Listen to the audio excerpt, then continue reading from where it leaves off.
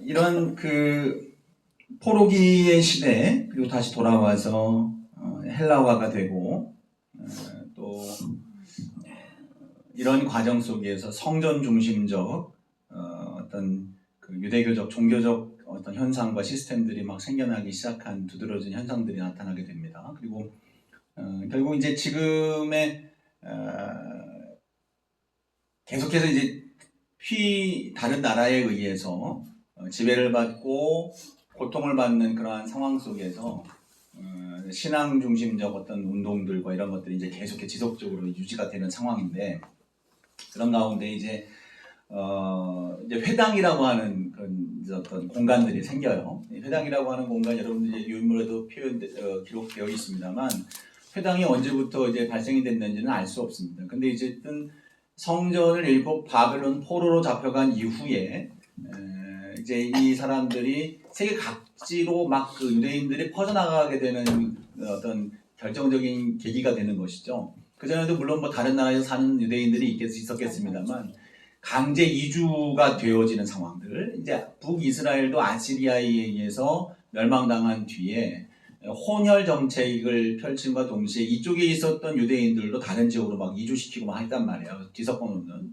그러니까 그러면서 세계 각지에 이제 이스라엘 사람들이 살기 시작하는 거예요. 또 포로로 잡혀간 바벨론에서의 생활, 그리고 거기서 멈추지 아니하고 본토가 이제 고난당하고 수탈을 당했으니까 바벨론에게 멸망을 당하니 거기에 남겨진 이제 사람들 이외에 이제 사람들이 또 애굽으로 내려가서 살아가는 그런 경우도 많아서, 아까 이제 알렉산드리아 같은 경우 유대인들이 많았던 이유가 나라가 멸망한 뒤로 이제 이집트 남쪽으로 내려가서 살아가는 사람들이 많았기 때문에 알렉산드리아라고 하는 도시에 사람들이 많이 모여서 살게 된 겁니다. 그러면서 유대인들이 본토에 살고 있는 수도 많았지만, 꽤 됐지만, 그 외지에 살고 있는 사람들의 수가 엄청나게 많게 되는 거예요. 그래서 그 사람들을 디아스포라라고 얘기를 하죠. 디아스포라. 이 다른 나라에 살기도, 소위 얘기해서 우리 지금 오늘날로 표현하면 이제 교포와 같은 존재인 거죠. 그런 존재들이 나가서 하나님을 믿는 믿음을 지켜나가는 것이 매우 중요하게 여전히 그들도 마음속에 품고 살아가는 겁니다. 그러니까 이제 그들이 만든 공동체를 형성을 하게 되고, 성인 10명 이상이 모이게 되면 그 가는 곳곳마다 회당을 세우게 되는 거예요. 회당을 세워서 그곳에서 뭐 제사까지는 할 수 없지만 말씀을 공부하는 겁니다. 모임 장소로 삼고 안식일에 모여서 함께 말씀을 읽고 서로 강론하고 자기의 은혜 받았던 것들을 이야기를 하고, 요즘 소그룹에서 보통 하는 방식들이 성경을 읽었던 거, 감동받았던 것들을 나누는 나눔들을 많이 하잖아요. 그때도 이제 그런 방식의 이제 모임을 가졌어요. 안식일의 모임의 방식들이 바로 그랬습니다. 하루 종일 성경을 읽고 낭독해주는 사람이 있고, 성경에 대해서 자기의 생각은 어떻다라고 나와서 얘기를 하고, 또 작은 모임을 가져서 그런 말씀들을 서로 나누고 생활을 나누고 하는 그러한 모임들이 했는데, 그러면서 각 지역마다 회당이 발달이 됐다. 회당이 생겨났고, 그리고 이제 사도 바울도 빌립보에 갔을 때에 회당이 혹시 있는가? 거기까지 유대인들이 살고 있었다라는 거죠. 회당이 있는가 이제 찾아봤는데 없어서 창밖 왜 이러죠 오늘? 문밖 강가인가요? 갑자기 생각이 안 나요? 이 표현이? 예, 어쨌든 뭐 앞에 시내가에서 이제 사람들, 여인들, 루디아라든가 이 사람들을 만나서 이제 예배를 드리고 하는 그런 과정들이 나오게 되는 거죠. 그러니까 바울이 어쨌든 가는 곳곳마다 초대교 복음을 전하러 갈 때에 초기 1차 선교 여행 속에서는 바울이 선교의 대상으로 삼았던 대상이 회당이었습니다. 회당을 찾아가서 유대인들, 즉 하나님을 믿는 믿음의 사람들, 유대 동포들, 그 사람들 중심으로 해서 복음을 전하게 됐던 거예요. 그때 이미 회당이 각 지역마다 다 형성이 되어 있었던 거죠. 자, 그러한 이제 회당이 발달되었고, 그리고 이 디아스포라 유대인들이 주변 온 세계에 다 살고 있는데, 하나님께서 이 성전에 대한 어떤 믿음 신앙의 회복 중에 중요하게 회복하고 이제 회복되었던 부분들이 절기를 지키는 거였어요.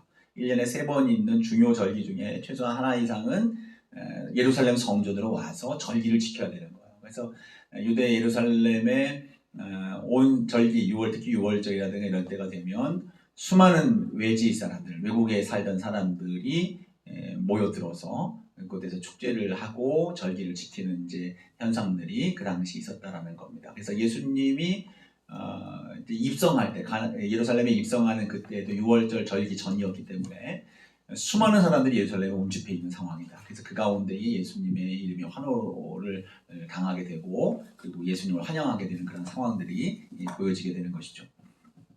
자, 그런 가운데에 이제 서기관들 아까 언급을 했죠. 서기관들 또 랍비들, 서기관이 랍비라고 칭하기도 했습니다만 이 사람들 이제 문서, 그러니까 성경을 기록하고 필사하고 관리하고 이것을 가르치고 잘 보존하는, 지금처럼 우리의 성경책이 많이 흔하잖아요. 개별적으로 성경이 있는 게 아니라 성전 중심으로 해서 이렇게 필사를 해야 되기 때문에 이게 많지 않다, 얼마 없단 말이죠. 이것을 또 분량도 많고요. 두루마리도 막 엄청난 분량들을 갖고 있어야 되는 거니까요. 이런 것들을 총괄적으로 관리하던 자들이 이제 서기관들이었다. 그리고 랍비 선생님들, 그 신앙적 또 도덕적 생활적 어떤 지혜로움을 전달할 수 있고 가르칠 수 있는 존재로서 랍비, 지혜 교사라고 하죠. 이런 사람들이 있었다. 그래서 이 지혜 교사는 어떤 부류를 이야기하기보다는 서기관도 될 수 있고 바리새인도 그렇게 될 수 있었고 그 당시 장로라든가 이런 사람들도 이제 지혜의 선생님, 랍비라고 하는 그런 칭함을 받게 되는 상황들이 있게 되었다.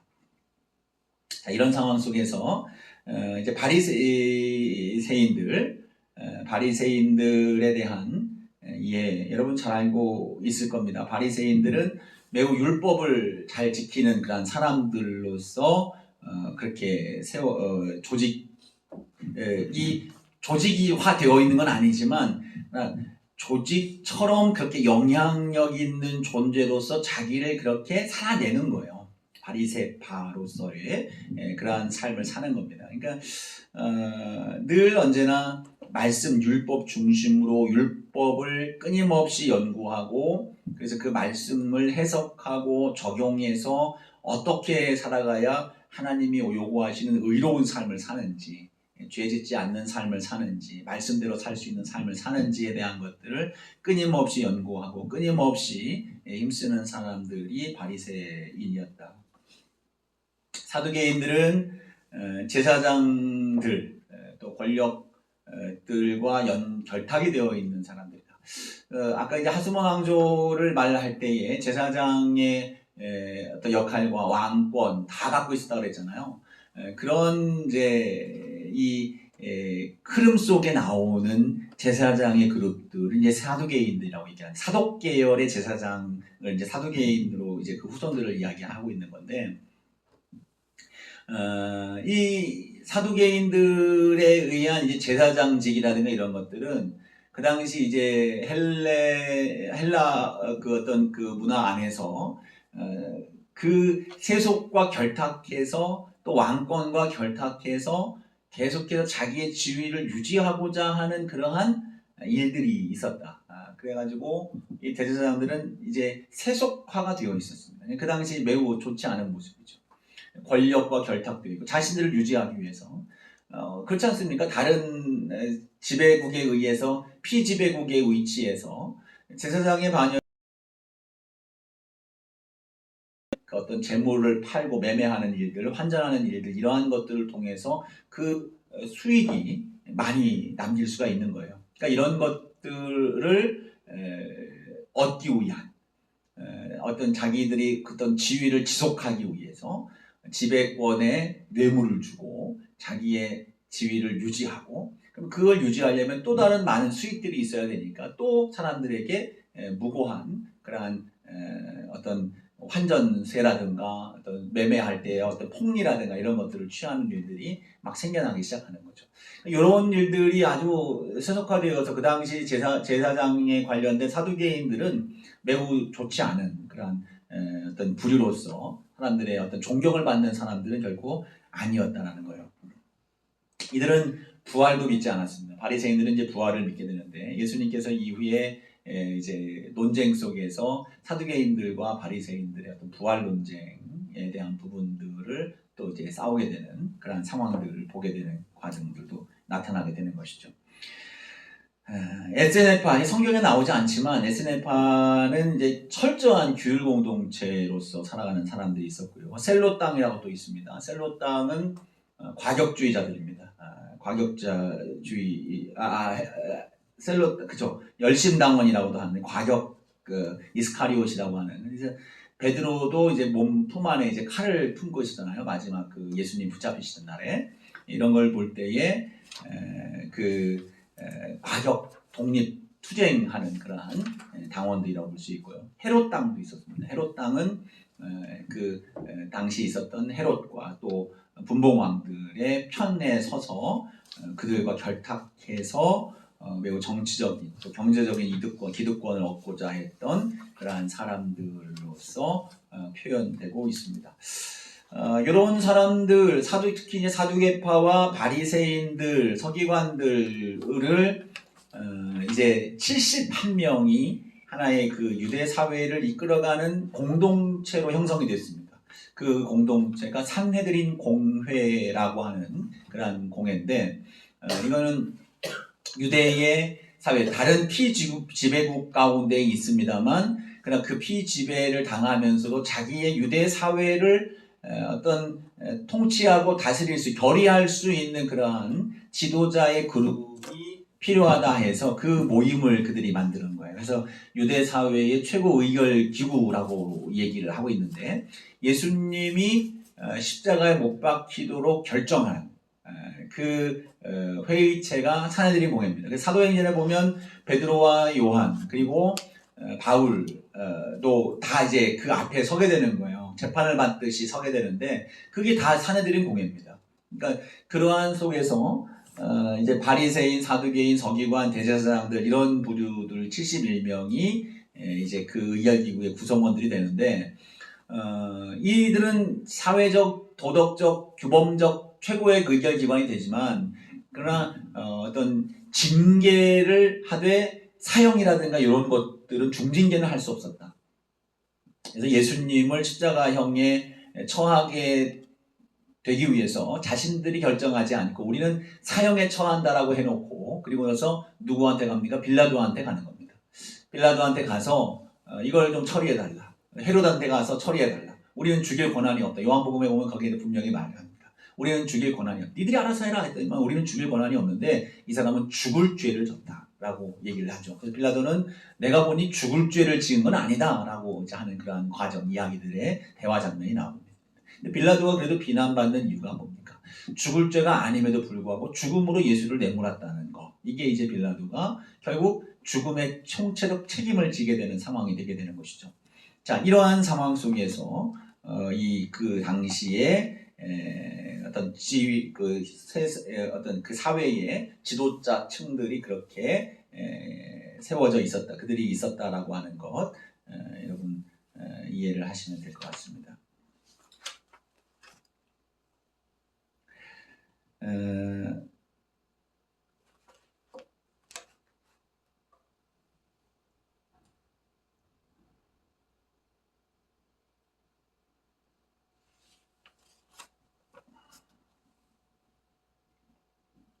자, 그러면 배경적인 부분들은 이제 우리가 성경 각 권에 대한 부분, 개론적인 부분들을 이야기할 때 좀 더 추가적으로 이야기하도록 하겠고, 자, 여러분 두 번째 우리가 성경이 우리 가운데 전달한 과정이 무엇인가라고 하는 어떤 과정을 통해서 주어지고 있는가에 대한 부분들을 이야기를 한번 나눠봅니다.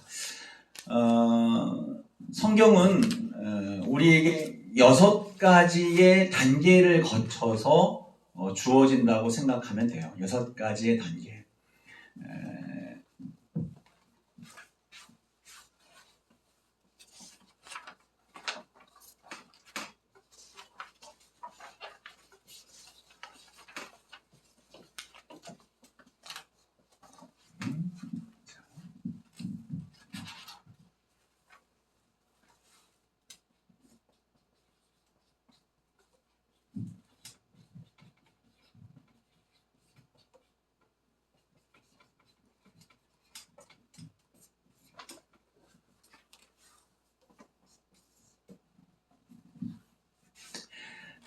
지금 우리가 연구하는 성경이 우리 손에 들어오기까지 이 6단계를 거쳐서 왔어요. 이거는 뭐 단순히 뭐 몇 년 안에 뭐 이렇게 된 게 아니라 수천 년 전부터 주어진 어떤 과정이라고 볼 수 있습니다. 계시, 여러분 계시에 대해서 다 아시죠? 계시는 두 가지로 볼 수가 있어요. 계시는 일반 계시와 특별 계시가 있습니다. 하나님께서 보이지 아니한 하나님을 우리에게 드러내시는 걸 계시라고 해요.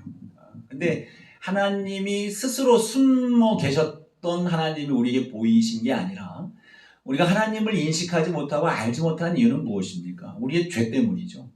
우리의 죄가 하나님을 인식하는 그러한 기능을 스스로 차단해버리는 거예요. 그러니까 죄는 결국 무엇입니까? 하나님을 하나님으로 여기지 아니하는 것. 하나님이 계심에도 불구하고 하나님을 계신 분으로 내가 인정하지 아니하는 것. 이것이 이제 죄란 말이에요. 가장 근본적인 죄인 거예요. 그 죄로 말미암아 하나님을 분별하지 못하니 하나님께서 우리에게 이 계시를 주시는 거예요. 그래서 그 계시가 하나는 먼저는 일반 계시입니다. 일반 계시. 일반 계시는 뭡니까? 모든 사람들에게 다 알 수 있는 그러한 방법으로 누구에게나 주시는 그러한 계시라고 해서 일반 계시라고 얘기를 해요. 그리고 특별 계시는 뭡니까? 특별한 사람들에게만 주어지는 계시예요. 말 그대로죠. 근데 그 일반 계시는 세 가지의 중요한 것이 있어요. 뭐냐면 그거는 종교적 본능을 주셨다는 거예요. 종교적 본능. 즉 하나님을 알도록 하는 우리의 영적 상태를 말하는 거예요. 우리 인간이라면 누구든 뭘 인지합니까? 신적 존재, 영적 존재를 인지합니다. 하나님을 믿는 우리 말고 세상 사람들은 그러면 하나님을 인지하지 아니하느냐? 인지하는 거예요. 영적인 존재를 인지합니다. 그래서 그 영적인 존재를 인지하도록 하나님이 우리의 존재를 그렇게 만드셨어요. 그래서 그 세상에 어디를 가든지 어떤 민족, 어떤 오지에 있는 존재를 가든지 그들이 뭘 하고 있어요? 신을 찾고 있습니다. 잘못된 신을 찾고 있을지언정 그들은 모두가 영적 존재, 신적 존재에 대한 갈망을 갖고 있어요. 그리고 그 행위를 하고 있습니다. 이것이 인류에게 주신 하나님의 일반적 계시의 한 모양인 겁니다. 로마서 한번 찾아볼까요? 로마서.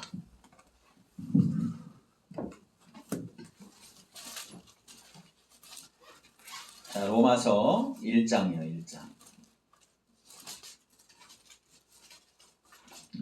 자, 로마서 1장 19절. 자, 읽어봅니다. 시작. 이는 하나님을 알만한 것이 그들 속에 보임이라. 하나님께서 이를 그들에게 보이셨느니라. 예. 하나님께서 그 안에 하나님을 볼 수 있도록 보이신 거야. 그렇게 주신 겁니다. 이것이 일반 계시로서의 첫 번째 계시의 방법인 거예요. 두 번째는 뭐냐면 양심입니다. 양심. 양심을 주셨어요. 도덕성을 주신 거예요. 이것은 결국 하나님의 마음을 알 수 있는 인간에게 주신 선의 기능인 거예요. 자, 물론 이 양심은 문화에 따라서 다 조금씩 차이는 있을지언정 선을 향하고 도덕을 향한 그들의 방향성과 열정은 양심이라고 하는 것을 통해서 누구에게나 주어진, 그래서 이것을 통해서 선하신 하나님의 존재를 인지하게 되는 그러한 통로가 되는 것입니다. 이것이 양심입니다. 성경 한번 볼까요? 2장, 로마서 2장 14, 15절.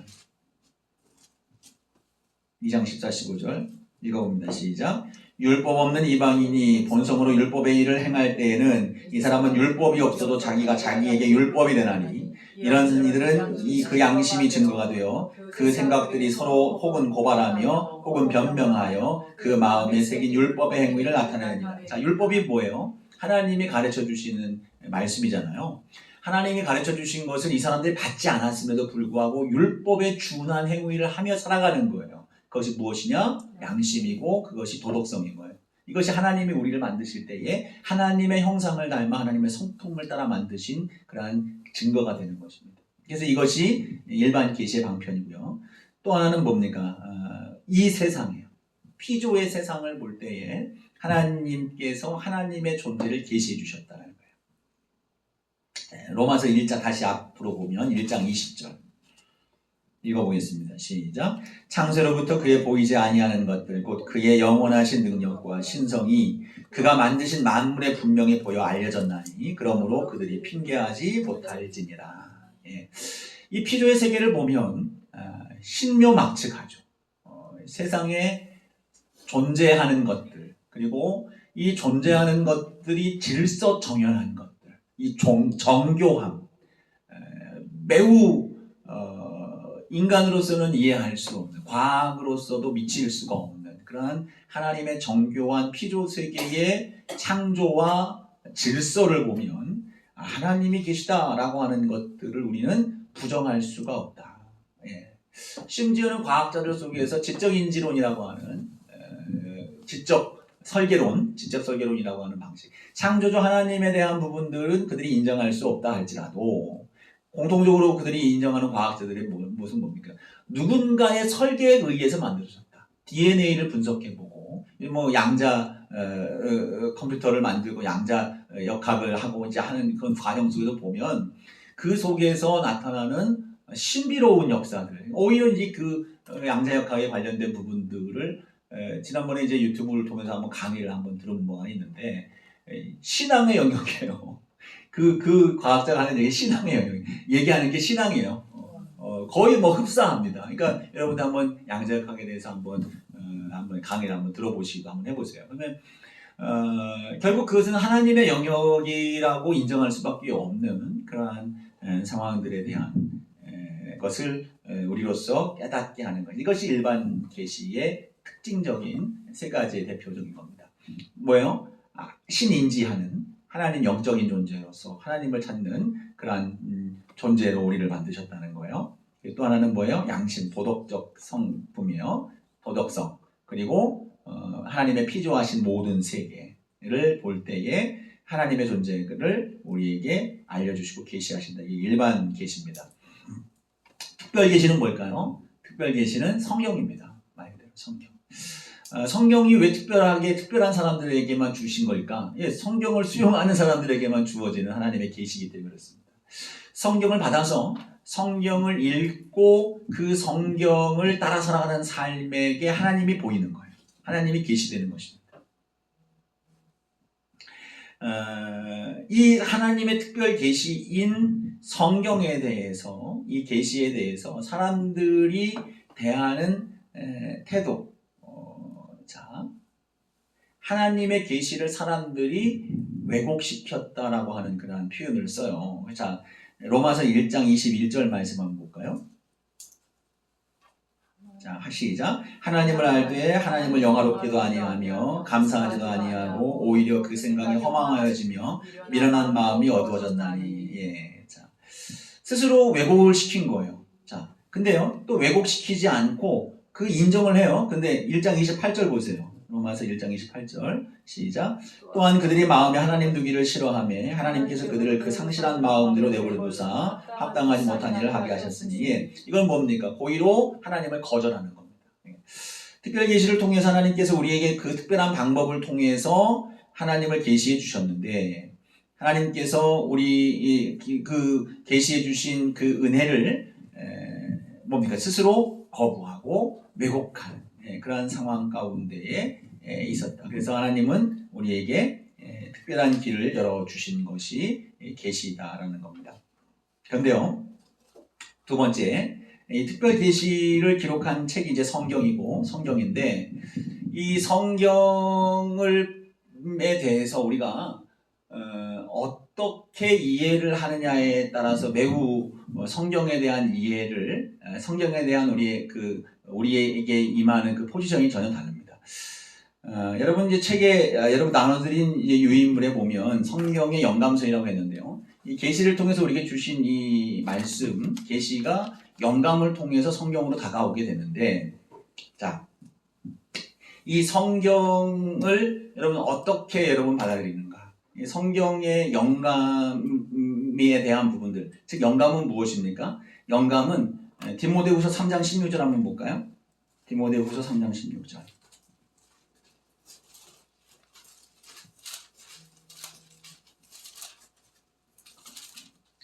한번 보겠습니다. 읽어봅니다. 시작. 모든 성경은 하나님의 감동으로 된 것으로 교훈과 책망과 바르게 함과 의로 교육하기에 유익하니. 예. 모든 성경은 하나님의 감동으로 됐다 그랬어요. 이게 바로 영감입니다. 그러니까 성경을 하나님께서 우리에게 계시로 주시는데 하나님의 주시는 이 계시를 감동, 그죠? 하나님의 감동으로 된 것이다. 이 감동이 바로 영감이라고 하는 말입니다.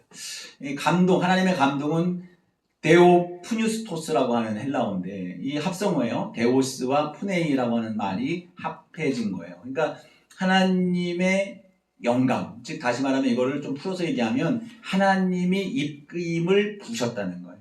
하나님이 입김을 불어넣으셨다. 하나님이 입김을 불어넣으셔서 성경을 쓰게 했다라고 하는 것을 말하고 있는 겁니다. 잠깐만요.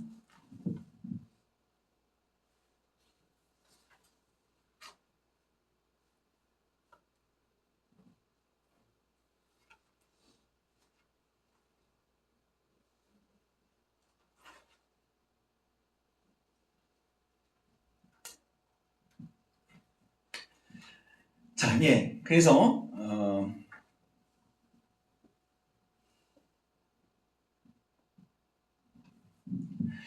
성경이 하나님의 입김을 불어넣으셨는데 그러면 이 입김을 불어넣으시는 정도가 어느 정도냐?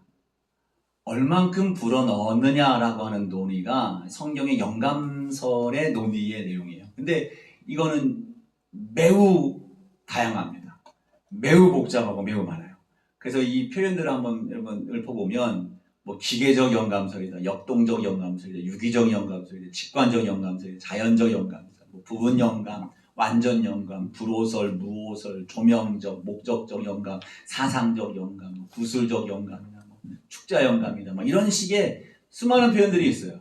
왜냐하면 이런 표현들이 왜 많을까요? 영감에 관련된 이런 논의와 이런 주장들이 많을까요?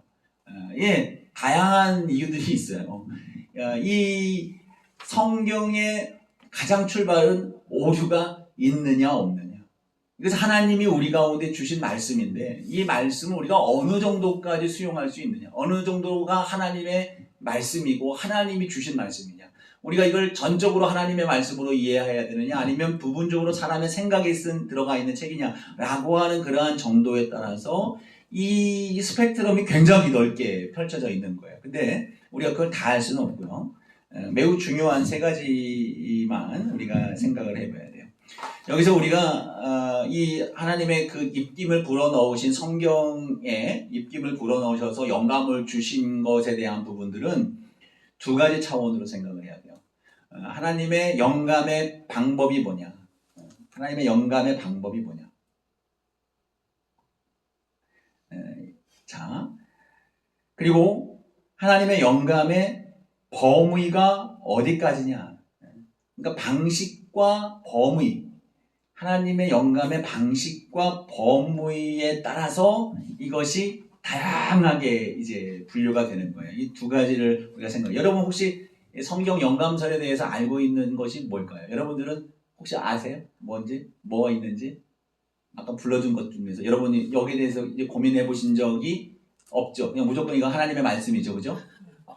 제가 이제 전혀 비난하는 게 아니라 당연한 겁니다. 이거 하나님의 말씀이에요. 그래서 여러분이 이 말씀이 우리의 삶을 유익하게 하고, 유익은 어떤 유익입니까? 구원으로 인도하고 우리의 삶을 바르게 세워가고 온전케 하는 데 있어서 조금 더 부족함이 없는 말씀이라는 것을 여러분 다 동의하시죠? 동의하시기 때문에 여기 오신 것 같아요. 자, 근데 여기에 대해서 그러면 중요하게 세 가지 방식에 의해서 세 가지로 구분될 수 있습니다.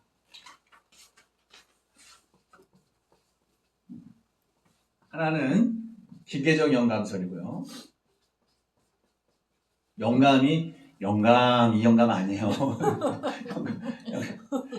자, 기계적 영감, 그다음에 유기적 영감이요.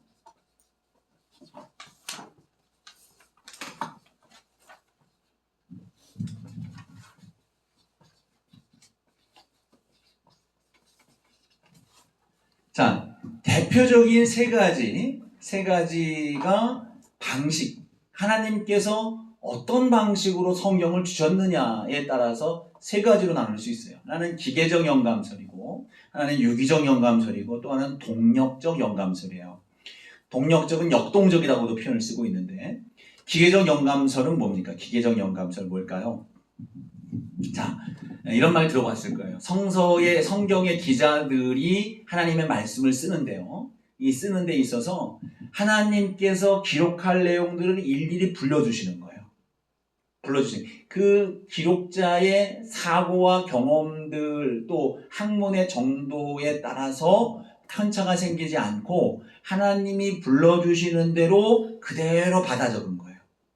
방법적으로. 그것이 기계적 영감설입니다. 자, 동력적 영감설. 이 끝에 있는 건 뭐예요? 저것과 반대예요. 뭐 반대라고까지 하지만 어쨌든 대조적인 겁니다. 하나님께서 이 성경을 쓰는 그 사람에게 하나하나 그 말씀을 기록하도록 단어를 불러주시고 문장을 불러주셔서 그대로 쓰게 한 것이 아니라 목적에 있어서만 영감을 주시는 거예요. 하나님께서 목적, 그러니까 이 사람들이 이 글을 써야 되는 동기가 무엇이고 자기가 이 과정을 통해서 하나님을 경험한 과정을 통해서 깨달은 바가 무엇이고 이러한 것들을 성령에 의해서 받았고 이것을 기록할 때는 내 자의적인 모든 판단에 의해서 내가 쓰는 거예요. 하나님의 조명하심은 어디에 있어요? 내가 깨닫게 하시는 거. 내가 이 글을 쓰게 되는 목적이 무엇인지를 알게 하셔서 그것에만 조명을 해주셨고 나는 그 뜻대로 내 힘과 모든 노력들을 들여서 써내려가는 겁니다. 이것이 동력적 영감설이에요. 그러니까 때로는 뭐 사상적 영감설이라고도 얘기를 해요. 자, 유기적 영감설 가운데는 무엇일까요? 그러면 딱 중간이겠죠. 중간쯤 포지션이 있을 거예요. 유기적 영감설은 하나님께서 성령의 감동을 주시는데 어떤 것까지 그 기록하는 사람의 마음과 성품과 기질과 은사와 재능과 삶의 경험과 그의 지식과 그의 교양, 교육 정도, 용어, 언어 쓰는 거 이런 모든 것들을 그대로 불러서 쓰는 게 아니라 그것에 계속해서 조명을 주심으로 영향을 주시는 거예요. 거기에 영향을 주셔서 하나님께서 쓰고자 하는 목적과 동기를 불러일으키시고 깨닫게 하시고 그 쓰는 과정 속에서 오류가 나타나지 아니하도록 성령께서 계속 지속적으로 도와주시는 거예요. 근데 문제는 뭐예요? 이 기계적 영감설은 사람의 개인적 성향과 이런 것들은 하나도 반영이 안 되고 성령이 불러주시는 대로 쓰지만 유기적 영감설은 그의 삶의 배경과 환경들, 그의 존재, 정체성 그 모든 것들이 그 글에 녹아지는데 그 글을 씀에 있어서 오류와 죄적인 부분들이 사라지도록 계속해서 조명해 주시는 거예요. 자, 이해되시죠? 네, 되시죠? 네. 자, 이게 유기적 영감설입니다. 자, 그렇다면 자, 이 세 가지 중에 여러분은 어떤 걸 믿으세요? 유기적 영감설. 이게 전통적 우리 개신교 모든 어떤 교회들마다 유기적 영감설을 믿어요. 기계적 영감설을 한때는 막 믿는 사람들도 있었는데 그 수는 그렇게 크지는 않습니다. 유기적 영감설이에요. 근데 자 그러면 우리가 드는 생각이 이제 지금 우리가 하나님의 영감과 이러한 것들이 미쳤다면 여기에는 그러면은 기계적 영감설과 유기적 영감설에는 성경의 오류가 있을까요? 없을까요? 네? 있을 것 같아요? 왜? 제 생각에도 좋은 생각도 있지만 나쁜 생각도 있고 여러 가지 생각이 있어요. 여기는 불러주는 대로 썼는데 생각이 들어갔을 것 같아요. 여기는 자 그래서 이제 영감의 범위 어디까지가 영감 하나님의 영역이냐 그래서 여기는 보통 이제 이 영감이 어느 정도까지 가느냐라고 이제 했을 때에 여기 두 가지는 완전 영감으로 갑니다. 완전 영감. 혹은 축자 영감. 그러면 결국 이거는 뭘로 가요? 무오로 갑니다. 오류가 없는 거예요. 하나님의 말씀에 따라 말씀에 오류가 없다. 부분 영감설이 있어요. 부분 영감, 부분 범위로 볼 때는 부분 영감. 부분 영감은 뭐예요? 이게 되겠죠. 동력적 영감, 이게 부분 영감이 되겠죠.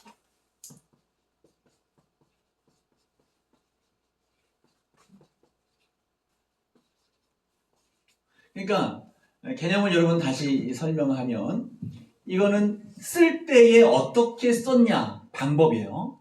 하나님이 불러주셔서 썼다. 그대로 받아 적었다. 요거는 그 사람의 환경과 정체성과 모든 삶의 경험과 이런 것들을 다 녹이는데 그를 활용을 하시는데 그 모든 것에 오류가 나타나지 아니하고 죄적인 요소가 포함되지 아니하도록 성령께서 계속 지속적으로 조명을 해주시고 입김을 불어넣어 주셨다라고 하는 것.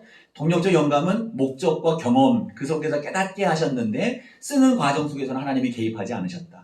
그러면 쓰는 과정에 개입하지 않았으면 우리 아까 우리 하느님 말씀했던 것처럼 부분 영감이에요. 왜냐하면 그건 뭐냐, 오류가 있을 수 있는 그런 범위가 있는 거예요. 오류가 있을 수 있는 지역 영역이. 근데 유기적 영감이든 하나님께서 성령께서 계속해서 영감을 주셨고 지속적으로 관여를 해주셨고 또 이건 기계적으로 썼다고 했다고 한다면 여기에서는 오류가 나타나면 안 되는 거예요. 그래서 여기는 무오, 오류가 없다. 여기는 불오라고 했어요. 불오.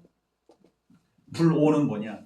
오류적인 것처럼 보이는 부분들이 있으나 그냥 전체적인 목적과 거기서 나타나는 본질적인 부분에 있어서는 오류라고 볼 수가 없다라고 하는 사상이 여기서 이제 불오라고 하는 표현 속에 담겨져 있는 겁니다. 자, 이것에서 이제 엄청난 학자들의 이제 논쟁들이 오는 거예요. 여기서 이제 학자들이 이게 부분 영감이냐, 완전 영감이냐, 기계적이냐, 유기적이냐, 동력적이냐. 그래서 보통 여러분 축자영감설이라고 하는 표현이 여기 나오잖아요. 축자영감. 축자영감이라는 말과 기계적 영감이라는 말은 동의어가 아닙니다. 그러니까 기계적 영감이 축자영감 안에 포함되는 건데 축자영감설이라고 하면 우리는 기계적으로 다 받아 썼다라고 하는 것을 이해해서 축자영감설을 거북스럽게 여기는 사람들이 분명히 있는데 축자영감은 범위예요. 완전 영감이라고 하는, 완전히 하나님이 감동을 주셔서 쓰셨다라고 하는 그런 범위. 그래서 여러분 유기적 영감설을 우리가 채택하는 이유가, 이걸 받아들이는 이유가 무엇일까요? 성경의 내용들을 보면 다 다릅니다. 삶의 환경과 배경에 따라서 언어와 문체가 다 다르고요. 지적 수준에 따라서 다른 것도 있고, 예, 물론 여기서 완전 영감, 그러니까 기계적 영감이 있는 부분도 있어요. 왜냐하면 하나님이 말씀하신 부분들, 하나님께서 음성을 듣고 그걸 기록한 부분들은 기계적 영감적인 어떤 위치에 있겠죠. 근데 그것이 전체적인 부분에 있어서는 기계적 영감이라기보다는 하나님 말씀만 다 적어놓은 게 아니잖아요. 개인적인 어떤 경험, 있었던 일들, 어떤 배경 이런 것도 다 적기 때문에 이건 기계적 영감이 아닌 유기적 영감으로 받아들이는 것이죠. 그러니까 결국 유기적 영감 역시도 축자 영감이고 완전 영감, 오류가 없다라고 우리는 받아들이게 되는 게 정통적 기독교의 어떤 받아들이는 내용입니다. 그렇다면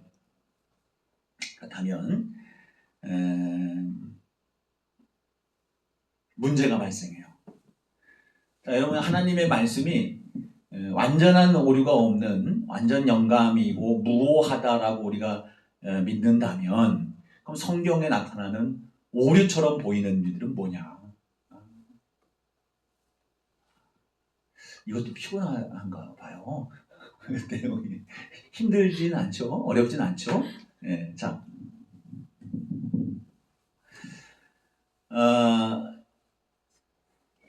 여기서 우리가 사실은 우리가 이 영감설에 있어서 이거는 이거고 이건 이거다 딱딱딱딱딱 구분해가지고 채택하면 뭐 바꿀 수 없고 이렇게까지 볼 수는 없습니다.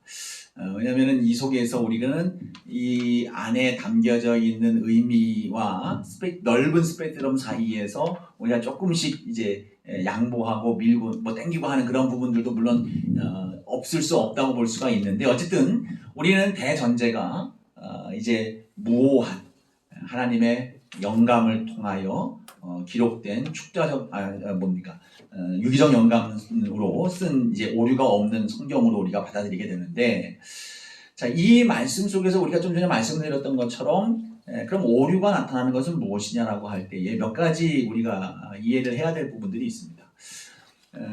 일단 성경에 나타나는 몇 가지 오류에 있어서 이것은 원본이 아님으로 말미암아 발생할 수 있는 오류다라고 하는 이해를 먼저 가질 수 있다는 거예요. 이것이 전체가라고 볼 수는 없지만 처음 영감을 통해서 원본이 오잖아요. 원본이 쓰여졌어요. 원 저작자에 의해서 원본이 쓰여지지만 이 원본은 현재 없는 걸로 밝혀져 있어요. 원본이 어딘지 또 무엇인지도 몰라요. 있을 수도 있지만 어느 책인가 섞여 있을 수도 있지만 그건 원본이 아니라고 다 분명히 되어 있어요. 근데 그 원본이 있는데 이 원본을 접는 필사의 과정 속에서 첨삭 또는 오류가 포함되어 있다라고 하는 것을 이야기를 해요. 자, 그러면 이건 뭡니까? 이제 우리가 교회에서도 성경 필사를 하잖아요. 성경 필사를 하는데 성경 필사를 할 때 나도 모르는 사이에 띄어쓰기라든가 또 단어가 오류가 생기고요. 줄을 건너뛰든지 한 번 더 쓰든지 뭐 이런 것들이 생겨요. 그리고 그 당시에는 이것이 성경이라고 하는 채택된 정경으로서의 위치가 아니었기 때문에 이 말씀을 옮겨 쓰는 과정 속에서 자기가 갖고 있는 지적인 내용들을 여기다가 더 포함시킬 수 있다. 그래서 그런 유형들이 여러 가지가 있습니다. 예를 들어서 신명기의 말씀 속에서 이 신명기는 누가 썼다고 봐요? 모세가 썼다고 보잖아요. 모세가 썼다고 보고 있는데 모세가 자기가 쓰고 죽은 뒤에 그 죽은 뒤에 길이 34장에 나와 있는 내용들이 더 덧붙여진단 말이죠. 그건 뭐냐 말이죠. 모세가 죽기 전에 자기가 그 내용들 다 쓰고 죽었냐? 아니라는 거죠. 그 이후에 이 저작자 필사 사본을 하든지 아니면 이거 필사를 할 때에 그 이후에 사람이 이것을 더 추가로 더 넣을 수 있다는 거예요. 근데 그거조차도 사실은 그 이후 필사자가 더하여진 그 사본이 우리 가운데 주어져서 우리가 그것을 하나님 말씀으로 받아들임에 있어서 그것이 무오함으로 영역에 포함시켜야 되느냐 아니냐의 부분들은 여러분 어떻게 생각하십니까? 그러한 것조차도 하나님의 섭리와 입김의 영역의 부분이다라고 우리는 신뢰를 하고 이 말씀을 받아들이는 거예요. 이런 것들이 사실은 성경이 우리에게 전해주시고자 하는 본질적 내용에서 조금 더 벗어나지 않습니다. 신명기가 하나님의 말씀이라고 모세에게 주신 감동을 따라서 모세가 하나님의 말씀 감동을 따라 설교를 한 내용들을 기록했는데 그 이후에 하나님의 감동을 따라 그 모세에 대한 해석과 그 마무리에 대한 부분들에 있어서 이것을 추가한 것들이 신명기의 사상과 그걸 전하고 있는 말씀의 핵심적 내용을 벗어나게 만드느냐? 결코 그렇지 않다는 거예요. 자, 이것이 이제 그 모습들입니다.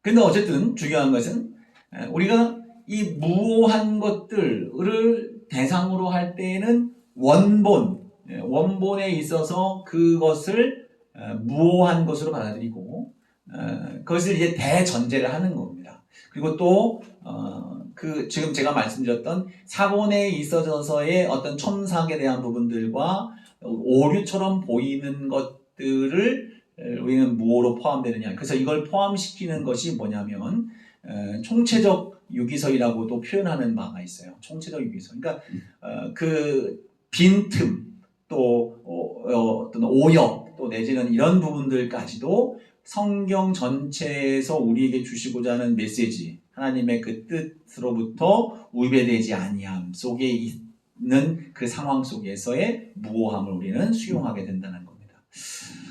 번역상의 오류도 생기죠. 사본만이 아니라 우리가 성경을 번역함에 있어서 설교를 할 때 원어를 살펴보는 것이 설교 작업에 있어서 매우 중요한 작업을 해요. 그래서 여러분들에게 픽트 성경 계속 사라고 제가 강조했던 것 중에 하나가 우리가 번역하면서 그 속에서 우리식 표현, 우리식 이해로 오역하는 부분도 없잖아 있다라고 하는 것들을 우리는 주지하고 있어야 된다는 겁니다.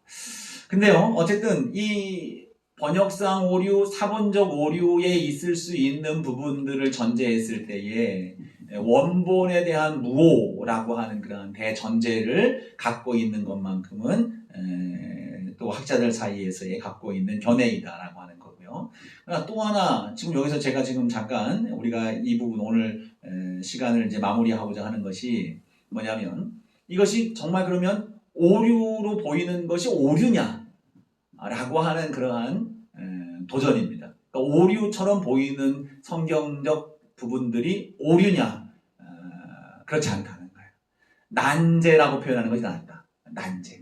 이것이 오류고 오류냐 오류가 아니냐라고 하는 것들을 우리가 결정할 수 있는 권한도 없고 그러한 능력도 없는 거예요. 다만 이것이 우리가 이해할 수 없는 하나의 난제의 모습으로 이해를 해야 된다. 자, 그런 예가 몇 가지가 있어요. 오늘 그 몇 가지 예를 좀 한번 살펴보려고 하는데 사람의 이름에 있어서 마찬가지죠. 사람의 이름을 이야기할 때 여러분 출애굽기 2장을 보면 이 모세 장인의 이름이 나와요. 모세 장인의 이름이 나오는데 출애굽기 2장 18절 한번 보세요. 한번 볼까요? 출애굽기 2장 18절.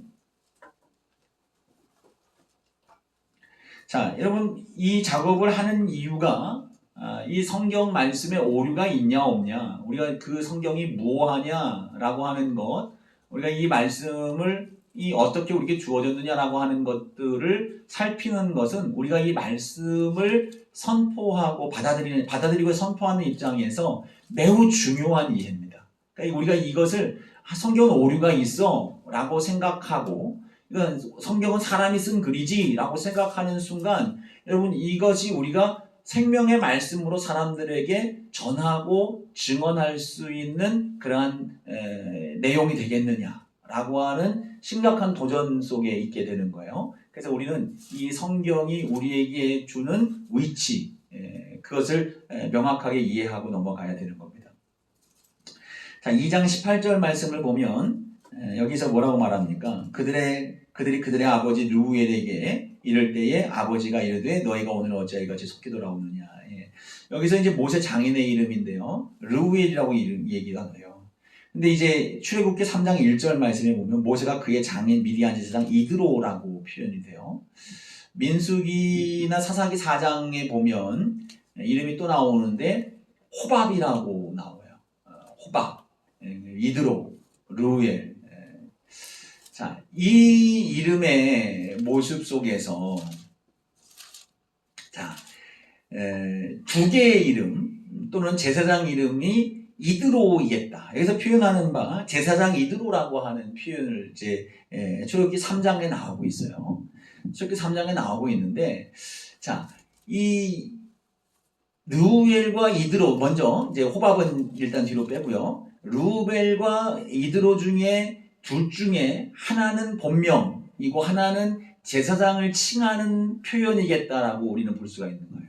그래서 르우엘은 본명이고 이드로는 제사장으로서의 역할을 할 때 그가 갖고 있는 이름이다 라고 우리는 이해를 할 수가 있습니다. 근데 호밥은 뭐냐? 호밥은 처남이에요. 처남. 근데 이제 사사기 4장 11절 민수기 10장에 보면 호밥이 처남으로 나오는데 사사기 4장 11절에 보면 호밥이 장인이라고 나와요. 근데 이제 여기서 이제 발음적 표현들을 할 때에 나타나는 이제 오해가 발생이 되는 거예요. 이제 그 호밥이 장인이라고 쓰여 있는데 단어에 모음 기호 있는 호텐이라는 게 있어요. 근데 이 호탄이 핫한 맞소라 이제 본문 4번에 보면 모음이 붙으면서 생긴 원래 이제 히브리어는 모음이 없어요. 모음이 없고 자음만 있는데 모음을 붙이는 과정 속에서 생겨난 오해로 보이는 거예요. 그러니까 호텐이라고 하는 단어 자체가 처가댁, 친지들을 통칭하는 단어이기도 하면서 그것이 이름으로 잘못 이제 표현이 된 거예요. 그러니까 그죠? 이런 것들의 번역상 오류가 되는 겁니다. 이 다윗 시대에 또 하나 이제 이름에 관련된 부분들이 나타나는데 제사장 아히멜렉 그리고 그 아들 아비아달이라는 그 이름들이 있어요. 다윗 시대에 어떤 일들이 있습니까? 그 다윗이 사울의 칼을 피해서 도망칠 때에 이 제사장 앞에 가서 떡을 이제 받아 먹잖아요. 그때 이제 떡을 준 사람이 사무엘상 21장에 보면 아히멜렉이에요. 아히멜렉이 줬어요. 근데 예수님께서 마가복음 2장 26절 말씀을 보면 자, 한번 보세요. 마가복음 한번 봅시다. 마가복음 2장 26절.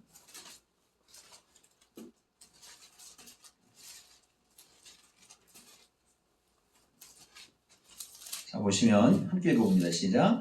그가 아비아달 대제사장 때에 하나님의 전에 들어가서 제사장 외에는 먹어서는 안 되는 진설병을 먹고 함께한 자들에게도 주지 아니하였느냐. 예. 자, 여기서 봐요. 사무엘상 21장에 보면 다윗에게 떡을 준 제사장은 아히멜렉이에요. 아히멜렉인데 지금 예수님께서 그 다윗의 때를 이야기를 하면서 그 사건을 얘기하는 거예요. 그러면서 그 대제사장 이름을 뭐라고 얘기하냐면 아비아달이라고 표현하고 있어요. 근데 아비아달은 아히멜렉의 아들인 거예요. 근데 이제 동시대의 자손이 제사장의 반열에서 함께 일을 해요.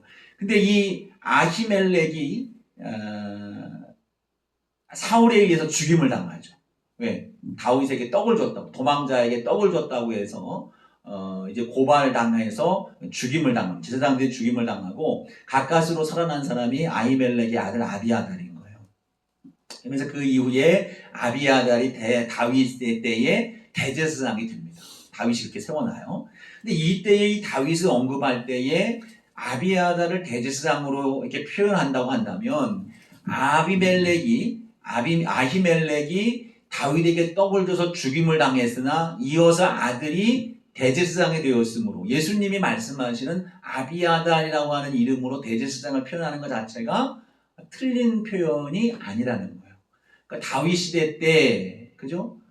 그 시대에 있었던 대제사장에 대한 위치, 다윗의 그 어떤 통치, 다윗이 세운 제사장은 아비아달.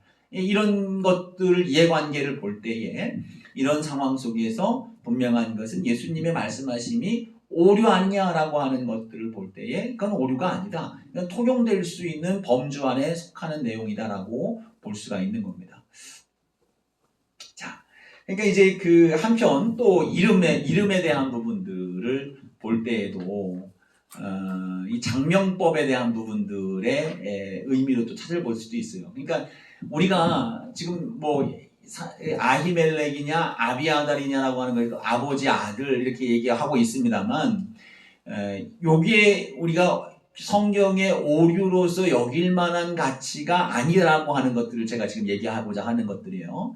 근데 이후에 장명법을 보면 그 아버지나 할아버지의 이름을 그대로 쓰는 이름도 분명히 있습니다. 그러한 것들을 써요. 그래서 사무엘상 22장 20절을 보면 자, 여기서도 한번 볼까요? 사무엘상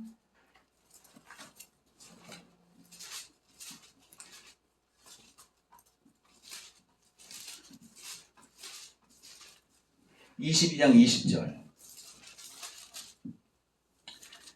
자, 여기 써 있어요. 아히두베 아들 아히멜렉이 아들 중 하나가 피하였으니 그의 이름은 아비아달이라. 그가 도망하여 다윗에게 갔다. 그렇죠? 자, 여기 보면 아비멜렉의 아들 아비아달이 분명한 거예요. 근데 사무엘하 8장에 보면 사무엘하 8장 한번 보세요. 8장에 보면 8장 여기서 보면 잠깐만요. 제가 이 절을 안 써가지고.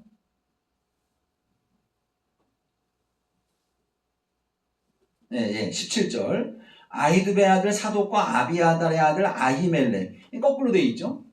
이런 표현이 있어요. 여기는 아비아달의 아들 아히멜렉이 제사장이 되었다라는 표현을 써요. 그러니까 여기는 야 이게 뭐야? 이거 오류 아니야라고 생각할 수가 있어요. 여러분 모르는 걸 막 지금 내가 들춰놔가지고 오히려 더 복잡해질 수 있는데 이런 오류가 있어요. 근데 여기서 장명에 관련된 부분들을 우리가 또 이해를 해야 된다. 왜냐하면 누가복음 1장에 보면 세례요한이 태어나죠. 세례요한이 태어날 때 친족들이 찾아와서 그 아들의 이름을 아버지 이름을 따라서 저라 하면서 아버지 이름이 사가랴인데 아들 이름을 사가랴로 줘라 그랬어요. 사가랴로 줘라. 근데 이 아내가 되는 이 아내가 이 이름을 아니다라고 하면서 그 이름을 거부라고 바꾸죠. 요한으로 바꾸게 됩니다. 근데 이 이스라엘 사람, 우리나라도 이제 이름을 보면 돌림자가 있잖아요. 돌림자가 있는데 이 히브리 사람들의 수준은 돌림자 정도가 아니라 할아버지의 이름을 그대로 쓰기도 하고 아버지의 이름을 그대로 쓰기도 한다는 거예요. 그러니까 누가복음의 정보를 보면 요셉, 레위 뭐 여러 반복되는 이름들이 계속 나오고 있는 거예요. 그러니까 아히둡, 아히멜렉, 아비아달 그리고 그 아들 이름이 아히멜렉. 두 번째 아히멜렉은 결국 아버지 대제사장 아비아달과 함께 제사장 직무를 감당했던 사람. 솔로몬 즉위 후에 쫓겨나게 되는 그 아비아달. 이 사람들을 이야기하고 있는. 그렇게 계속 혼용되고 뒤죽박죽 되는 것처럼 보이지만 이름의 장명에 있어서 그러한 것들. 그러면 이것을 쓰면서 사람들이 이걸 검증을 안 해봤겠냐 말이죠. 충분히 다 이해를 하고 그 당시에 사람들이 이것들을 인정할 수밖에 없는 것들은 그러한 이름의 사실성에 대하여 근거하고 있다라고 하는 것을 의미하고 있습니다. 뭐 신약에 보면 이제 뭐 얘기하는 게 겨자씨 얘기를 해요. 겨자씨 얘기를 할 때 뭐 겨자씨보다 더 작은 씨가 있다. 세상에서 작다라는 표현을 쓰고 있는데 이 겨자씨가 작다라고 하는 표현은 최상급 표현이 아닌 거예요. 최상급 표현, 가장 작다는 표현이 아니라 비교급 표현입니다. 다른 것보다 작다라는 표현을 써요. 근데 그 당시 유대 문화 사회 속에서 우리가 아까 얘기했죠. 유기적 영감설을 얘기했잖아요. 유기적 영감설 근거했을 때 유대 사회에서 그 사회 안에서 볼 수 있는 가장 비교적 가장 작은 그 씨앗은 겨자씨로 이해가 될 수가 있는 거예요. 그러니까 겨자씨 그 문화 속에서 겨자씨로서 그들이 가장 작은 다른 씨보다 제일 작은 씨앗으로서 이해할 수 있는 표현은 그것으로 오류가 있다 없다. 그보다 더 작은 씨앗이 있는데 왜 겨자씨를 가장 작은 씨앗이라고 얘기하느냐. 이거 저도 여러 번 들어요. 지금까지 신앙생활 하면서 겨자씨보다 작은 씨가 있는데 왜 그걸 작은 씨앗이라고 얘기하냐라고 그렇게 얘기하냐라고 하는 질문들이 있는데 그것은 그 시대의 문화, 유기적 영감, 그가 경험하고 있었던 그 은혜로운 삶 속에, 그 경험의 삶 속에서 그가 그것을 표현하는 것은 오류가 아닌 그 사람들, 그 시대의 그 성경의 독자들을 이해시킬 수 있는 가장 적절한 표현이다라고 하는 것입니다. 로마서 11장에도 보면 이 참감람나무 가지를 잘라내고 돌감람나무 가지를 접붙인다는 말이 있어요. 농사를 여러분 안 접어서 잘 모르겠지만 농사 짓는 이것도 상당히 예민한 표현이에요. 예민한 오류로 대두되고 있는 모습입니다. 왜냐하면 감람나무는 올리브나무잖아요. 접붙일 때에는 보통 어떻게 접붙입니까? 그 뿌리가 나쁜 뿌리에 좋은 나무 가지를 붙입니까? 아니면 좋은 나무 뿌리에 나쁜 나무 가지를 접붙입니까? 상식적으로 생각해 보세요. 나쁜 나무 뿌리에 좋은 나무 가지를 붙이는 거예요. 그러면 거기에서 좋은 열매가 맺게 돼 있어요. 이게 접붙임의 원리입니다. 근데 로마서에 보면 뭘 얘기하냐면 참감람나무를 잘라서 접붙이는 것, 돌감람나무 가지를 접붙여서 열매를 낸다는 거죠. 과학적 오류다라고 했어요. 농사법을 모르고 하는 얘기다. 잘못 썼다. 오류다. 이게 무슨 완전 무오한 일이냐라고 얘기를 해요. 근데요, 지금 예수님이 사도 바울이 이 표현을 쓰고 있는 것은 지금 농사법을 가르치는 거냐? 아니죠. 참감람나무가 의미하는 바는 이스라엘의 백성들을 이야기하고 이방인들은 뭡니까? 돌감람나무인 거예요. 그러면 참감람나무에 이방인들이 붙은 거는 당연한 겁니다. 그 속에서 그들과 하나가 되어져서 한 나무가 되어지는 거예요. 그래서 거기에서 좋은 열매가 맺어지는 것은 당연히 이 사도 바울이 전하고자 하는 메시지에서 위배되지가 않는 겁니다. 또 다시 말씀드리면 농사법을 가르치는 것이 아닌 거예요. 이건 오류라고 볼 수가 없는. 우리가 문학적 포용성을 봐야 되는 겁니다. 이 본질 지금 얘기하고자 하는 것이 무엇인가? 자, 또 있어요. 마태복음 10장 29절 보세요.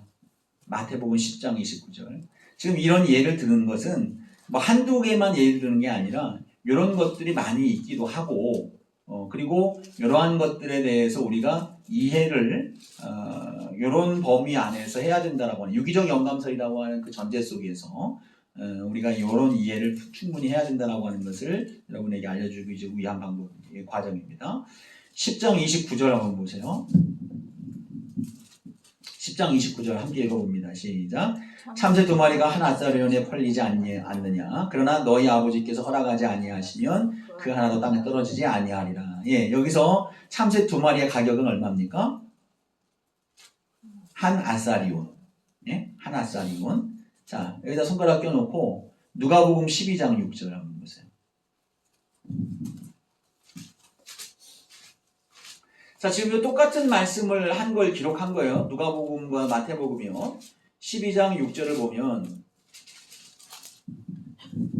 자, 읽어봅니다. 시작. 참새 다섯 마리가 두 아사리온에 팔리는 것이 아니냐. 그러나 하나님 앞에서는 그 하나도 잊어버리지 않는 버리시는 바가 되지 아니하는도다. 자, 마태복음에서는 얼마예요?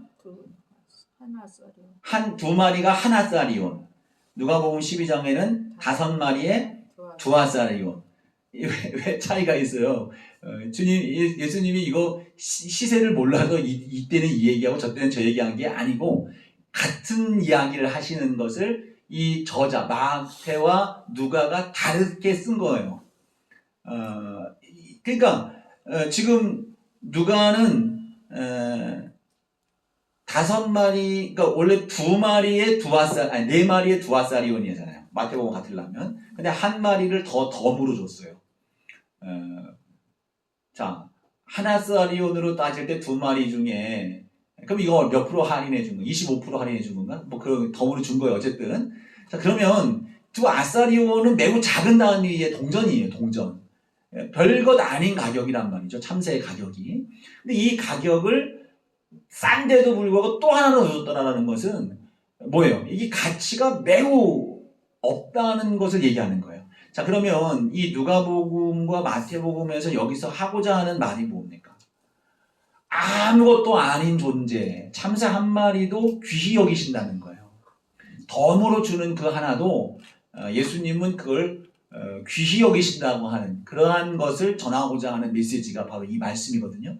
그렇다면 누가를 통해서 이와 같은 오류로 여겨지는 표현을 쓰게 한 것이 잘못된 것이냐, 아니면 이것이 오류로 여겨야 되느냐, 여러분 어떻게 생각하십니까? 이건 오히려 그 예수님이 주신 말씀을 그 문화권, 그 상황 속에서 더 예수님의 말씀을 극대화시키고자 하는 표현, 본질을 전혀 훼손하지 아니하는 가운데 오히려 그것을 더 극대화시킨. 그래서 이건 성경은 예수님 왈, 공자왈, 맹자왈 하는 이런 것이 아니잖아요. 똑같이 토시 하나 틀리지 않게 써내려가는 그러한 글씨, 이 기계적 영감설의 개념이 아니라 유기적 영감설적 전제를 했을 때에 이러한 표현, 그 사람의 문화적 이해와 그 상황 속에서 그가 예수님의 말씀과 그 메시지를 더 극대화시키기 위해서 표현하는 그 허용 범위 안에 포함된다는 거예요. 자, 또 하나 보면 마태복음 10장 23절. 10장 23절. 자, 한번 보세요. 읽어봅니다. 시작. 이 동네에서 너희를 박해하거든 저 동네로 피하라. 내가 진실로 너에게 이르노니 이스라엘의 모든 동네를 다 다니지 못해서 인자가 올 것이다. 죄송해요. 10장 9절 10절.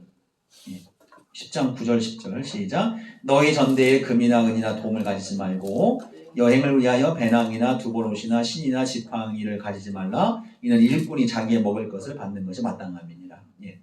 자, 여기서 지금 지팡이를 어떻게 하라 합니까? 가지지 말고 가라고 했어요. 아무것도 금, 은, 동 가지지 말고 옷, 두벌이나 신이나 지팡이도 갖지 말라 그랬어요. 자, 마가복음 6장 8절 보죠.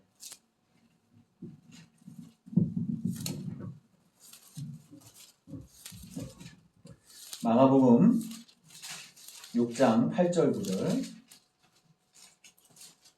읽어봅니다. 시작.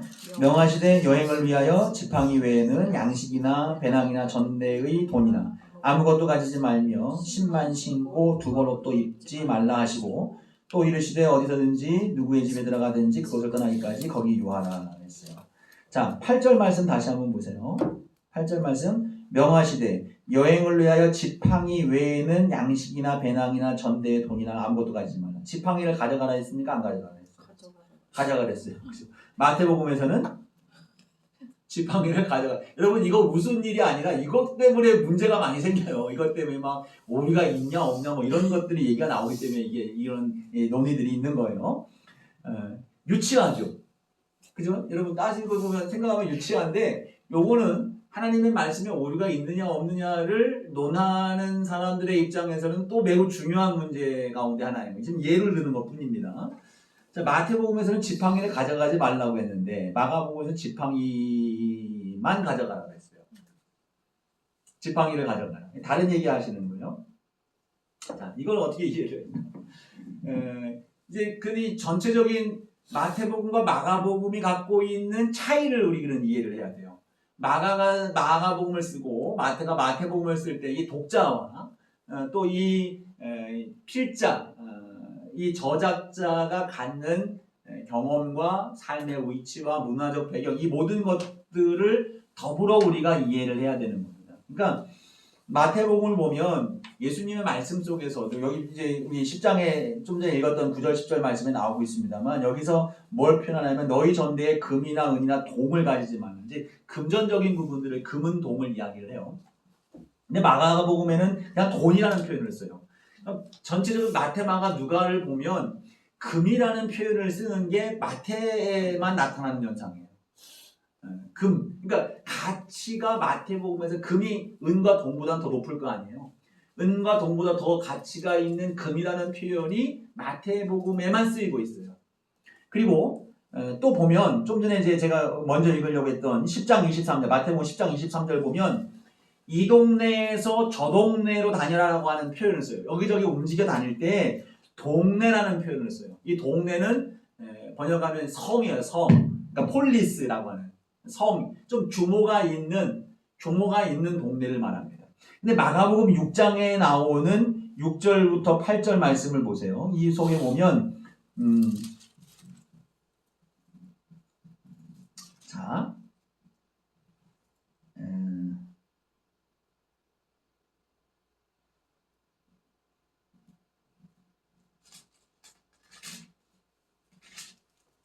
잠깐만요. 제가 여기 잘못 뒤집은 것 같아요.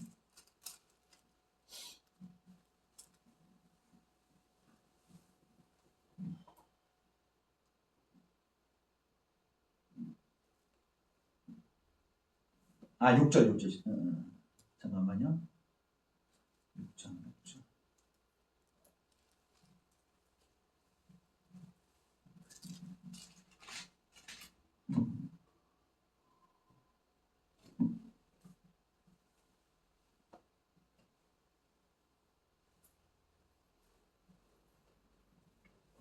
아, 죄송해요. 지금 6장 6절이 구분되어 있어서 밑에 붙어있는 그 절을 내가 못 봤어요. 자, 6장 6절을 보면 그들이 믿지 않으면 이상히 여기셨더라 하면서 그 밑에 이에 모든 촌에 두루다니시면서 가르치더라. 그죠? 모든 촌이라는 표현을 써요. 그러니까 마가복음에서는 표현을 동네가 아닌 촌이에요. 그러니까 이거는 헬라어가 달라요. 호메라고 하는 시골 동네를 말하는 시골 동네.